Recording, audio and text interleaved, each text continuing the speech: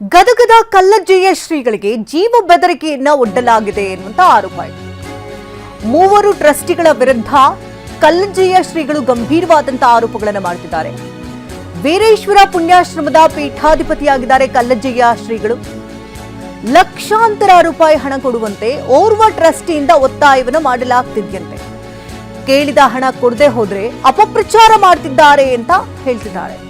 ಯಾವುದೇ ಕ್ಷಣದಲ್ಲಾದ್ರೂ ಹಲ್ಲೆ ನಡೆಯುವಂತ ಸಾಧ್ಯತೆ ಇದೆ, ಜೀವ ಬೆದರಿಕೆ ಇದೆ ಅಂತ ಕಲ್ಲಜ್ಜಯ್ಯ ಶ್ರೀಗಳು ಕಣ್ಣೀರಿಡುತ್ತಿದ್ದಾರೆ.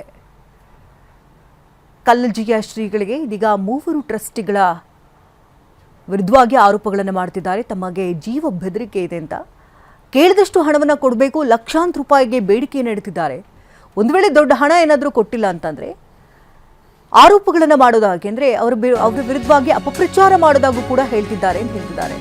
ಇನ್ನು ಟ್ರಸ್ಟಿ ಕಮಿಟಿಯ ಸದಸ್ಯರಾಗಿದ್ದಾರೆ ಇಟಗಿ ವೀರಭದ್ರಪ್ಪ, ಪ್ರಕಾಶ ಬಸರಿ ಗಿಡದ ಮತ್ತು ವಸಂತಗೌಡ ಪಾಟೀಲ್. ಶಿಕ್ಷಣ ಸಮಿತಿಯ MS ಗೌಡರ ಹಾಗೆ ಚಕ್ರಣ್ಣವರ ಶ್ರೀಮಠ ಮಲ್ಲಯ್ಯ ಅವರಿಂದ ಜೀವ ಬೆದರಿಕೆ ಇದೆ ಎನ್ನುವಂತ ಆರೋಪಗಳು ಮಾಡಲಾಗ್ತಾ ಇದೆ.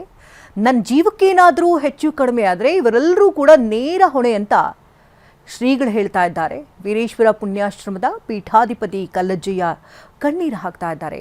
ಮಠದ ಬ್ಯಾಂಕ್ ಖಾತೆಯಲ್ಲಿ ಕೋಟ್ಯಂತರ ರೂಪಾಯಿ ಹಣ ಇದೆ. ನಾನು ಪೀಠಾಧಿಪತಿ ಆದಾಗ 59 ಲಕ್ಷ ಸಾಲ ಇತ್ತು.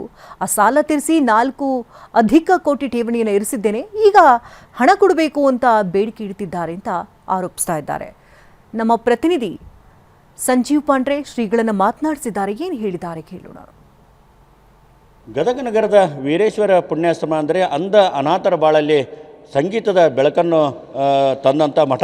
ಈ ಮಠದ ಪೀಠಾಧಿಪತಿಗಳಾದ ಕಲ್ಲಯ್ಯಜ್ಜರವರಿಗೆ ಈಗ ಜೀವ ಬೆದರಿಕೆ ಎದುರಾಗಿದೆ. ಹೀಗಾಗಿ ಈಗ ಪೀಠಾಧಿಪತಿಗಳಾದ ಕಲ್ಲಯ್ಯಜ್ಜರು ನಮ್ಮ ಜೊತೆ ಇದ್ದಾರೆ. ಯಾರು ಅವ್ರಿಗೆ ಜೀವ ಬೆದರಿಕೆ ಆಗಿದೆ, ಯಾವ ಕಾರಣಕ್ಕಾಗಿ ಅನ್ನೋದು ಮಾತನಾಡೋಣ. ನಮಸ್ಕಾರ ಅಜ್ಜರ. ಅಜ್ಜರ, ಜೀವ ಬೆದರಿಕೆ ಅದ ಅಂತ ಹೇಳಿದ್ರಿ, ಯಾರಿಂದ ಜೀವ ಬೆದರಿಕೆ ಇದೆ, ಯಾವ ಕಾರಣಕ್ಕಾಗಿ ಬೀಜ? ನಮ್ಮದು ವೀರೇಶ್ವರ ಪುಣ್ಯಾಶ್ರಮ ಸೋಲ್ ಟ್ರಸ್ಟ್ ಅಂದರೆ ಅದರಲ್ಲಿ ಇಟಗಿ ಶಿವರುದ್ರಪ್ಪನವರು ಅವರಿಗೆ ದುಡ್ಡು ಕೊಡಲಾರ ಸಲುವಾಗಿ ಅವರಿಲ್ಲ ಸಲ್ಲದ ಅಪವಾದಗಳನ್ನು ಕೊಡ್ತಾರೆ. ವಸಂತಗೌಡರು ಮತ್ತು ಪ್ರಕಾಶ್ ಬಸರಿಗಿಡದವರು ಈ ಸೋಲ್ ಟ್ರಸ್ಟ್ನಲ್ಲಿ ಇವರು ಮೂವರು. ಅಲ್ಲಿ ಶಿಕ್ಷಣ ಸಮಿತಿಯಲ್ಲಿ ಕೂಡ SM ಗೌಡರು, ಚಕ್ರಣ್ಣವರು, ಅಲ್ಲಿ ಶಿರೋಳಮಠ ಮಲ್ಲಯ್ಯರು, ಅಲ್ಲಿ ಅದರಾಗ ಮೂವರು. ಒಟ್ಟಾರೆ ಇವರು ಮೂವರು ಏನು ಮಾಡ್ತಾರಂದರೆ ಬರೀ ಕೋರ್ಟು ಕಚೇರಿ ನಮಗೆ ಬರೀ ನೋಟಿಸ್ ಕಳಿಸೋದು. ಕೋರ್ಟು ಕಚೇರಿಗೆ ಅದು ಹಂಗೆ ಮಾಡಿದ್ರು, ಇದನ್ನು ಹಿಂಗೆ ಮಾಡಿದ್ರು, ಆ ಸಂಸ್ಥೆ ಇದು ಮಾಡಿದ್ರು, ಅವ್ರನ್ನ ತೊಗೊಂಡ್ರಿ ಇವ್ರನ್ನ ಖಾಲಿ ಪೀಲಿನ ಒಟ್ಟು ಬರೀ ಕೋರ್ಟು ಕಚೇರಿ. ಈ ರೀತಿ ಇರೋದ್ರಿಂದ ಇದು ಶ್ರೀಗಳು ಮಾಡ್ತಾ ಇರುವಂತಹ ಆರೋಪ. ತಾವು ಪೀಠಾಧಿಪತಿಗಳಾದಂತಹ ಸಂದರ್ಭದಲ್ಲಿ ಒಂದು ಟ್ರಸ್ಟ್ ಅನ್ನ ಮಾಡ್ತಾರೆ. ಅದೇ ಸಂದರ್ಭದಲ್ಲಿ ಒಂದಿಷ್ಟು ಹಣಗಳಿರುತ್ತೆ. ನಂತರದಲ್ಲಿ ಇದು ಕೋಟಿ ಆಗುತ್ತೆ.